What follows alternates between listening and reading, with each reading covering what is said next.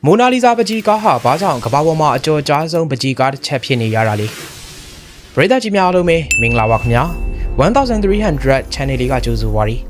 ဒီကနေ့တင်ဆက်ပေးသွားမယ့်အကြောင်းအရာလေးကတော့မိုနာလီဇာပကြီးကားချက်ဟာဘာကြောင့်ကမ္ဘာကျော်ရတာလဲသူရဲ့နောက်ွယ်မှာဘယ်လိုမျိုးစိတ်ဝင်စားဖို့ကောင်းတဲ့အချက်လက်တွေရှိနေလဲဆိုတာနဲ့ပတ်သက်ပြီးတော့ပရိသတ်ကြီးဗဟုသုတရအောင်တင်ဆက်ပေးသွားမှာပဲဖြစ်ပါလိမ့်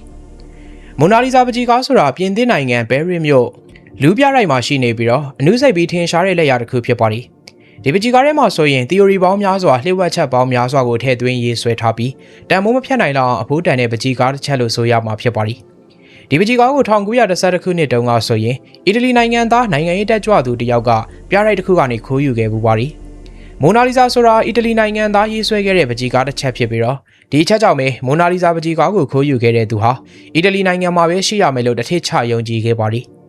အဲ့လိုစိတ်နဲ့ပဲအီတလီနိုင်ငံသားနိုင်ငံရေးတက်ကြွလှုပ်ရှားသူတယောက်ဟာခိုးယူခဲ့ပါလိမ့်ဒါဆိုရင်သူကဒီပကြီးကားကိုဘာကြောင့်ခိုးယူခဲ့တာလဲဒီပကြီးကားလေးမှာဘယ်လိုမျိုးစိတ်ဝင်စားစရာနောက်ခံသမိုင်းကြောင်းတွေရှိနေလဲအသေးစိတ်ထပ်မံသိရအောင်ကျွန်တော်တို့အဆုံးထိလေ့လာလိုက်ကြရအောင်ပါမိုနာလီဇာပကြီးကားကိုရေးဆွဲခဲ့တဲ့သူကတော့လီယိုနာဒိုဒါဗင်ချီလို့ခေါ်တဲ့ပညာရှင်တစ်ယောက်ဖြစ်ပါလိမ့်သူဟာပကြီးဆွဲတဲ့ပညာတစ်ခုတည်းကိုပဲတက်ကြွနေသူမဟုတ်ပါဘူးမြေပုံရေးဆွဲတ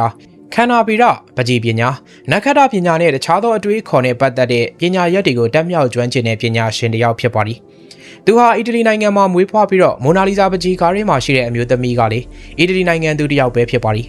အီတလီနိုင်ငံဆိုတာအဲ့ဒီခေတ်အခါတုန်းကစံရည်စပါးပေါ်ကျွယ်ဝပြီးဥရောပတိုက်မှာဘောင်ဝင်တန်းဝင်တဲ့နိုင်ငံတစ်နိုင်ငံဖြစ်ပါလိမ့်အထူးသဖြင့်ပကြီးပပူလိုမျိုးအနုပညာဘာသာရပ်တွေမှာဆိုရင်ထူးချွန်ပြောင်မြောက်လာတဲ့ပညာရှင်တွေများစွာပေါ်ထွက်ပြီးအီတလီနိုင်ငံရဲ့ပြရုပ်တစ်ခုကိုပုံဖော်တဲ့နေရာမှာဒီလိုပညာရှင်တွေကအရေးကြီးတဲ့အခန်းကဏ္ဍကနေပါဝင်လေးရှိပါလိမ့်ပကြီးကားတစ်ချက်အဖြစ်ရေးဆွဲခြင်းကိုခံရတဲ့အမျိုးသမီးရဲ့နာမည်ကတော့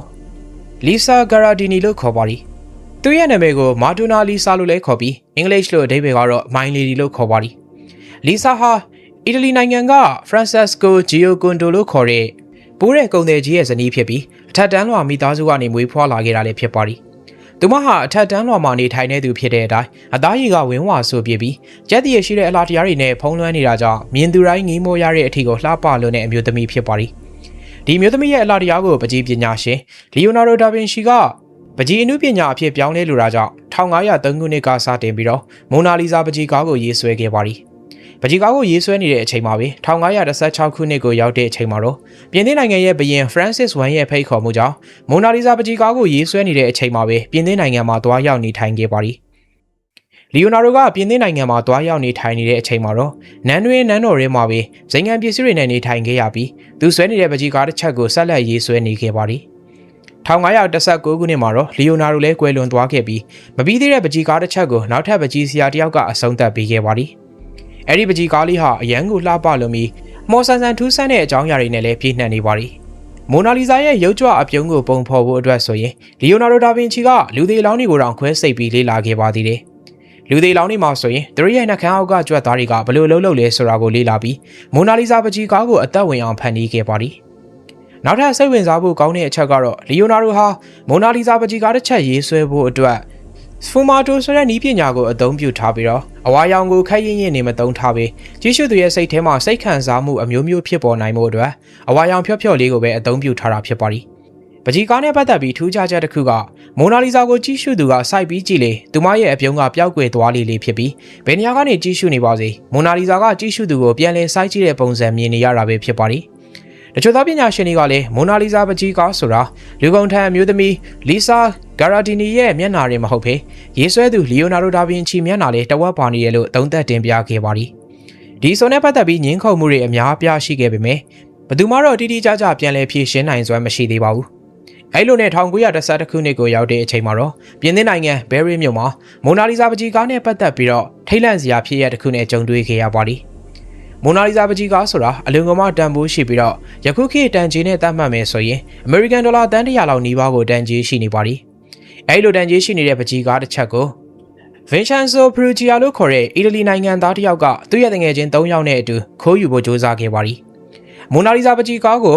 Love ပြရိုက်ထဲကနေခိုးယူပြီးတဲ့နောက်မှာတော့အီတလီနိုင်ငံကိုယူဆောင်သွားခဲ့ပြီးသူ့ရဲ့အိမ်ထဲမှာ2နှစ်ကြာအောင်သိမ်းဆည်းထားခဲ့ပါလိမ့်အဲ့လိုသိမ်းဆည်းထားတဲ့အချိန်မှာတော့တကဘာလုံးကဒီပကြီးကားနဲ့ပတ်သက်ပြီးအသေးအတန်လိုက်လံရှာဖွေခဲ့ပါလိမ့်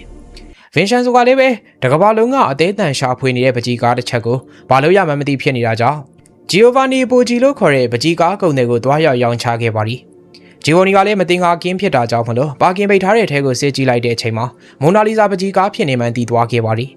အဲ့လိုတည်ပြီးချင်းမှာပဲတပ်ဆိုင်ရာတာဝန်ရှိသူတွေကိုအကြောင်းကြားခဲ့ပြီးအတိပေးလိုက်တဲ့အချိန်မှာတော့ဗင်ဆန်ဆိုလည်းထောင်6လကြာသွားခဲ့ပါသည်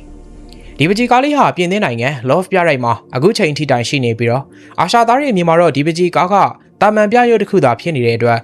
ဥရောပတိုက်သားတွေကအရန် over ဖြစ်လို့နေလို့ထင်ကြီးပေးတာတွေလည်းခံနေရပါသည်ဘာပဲဖြစ်ဖြစ်ပါဒီဗီဒီယိုလေးကနေပရိသတ်ကြီးလည်းဘ ഹു တုတတစ်ခုခုရသွားလိမ့်မယ်လို့မျှော်လင့်ပါသည်အစောကြီးကြည့်ရှုပေးတဲ့ပရိသတ်တယောက်ချင်းစီတိုင်းကိုကျေးဇူးအထူးပဲတင်ရှိပါရခင်ဗျာ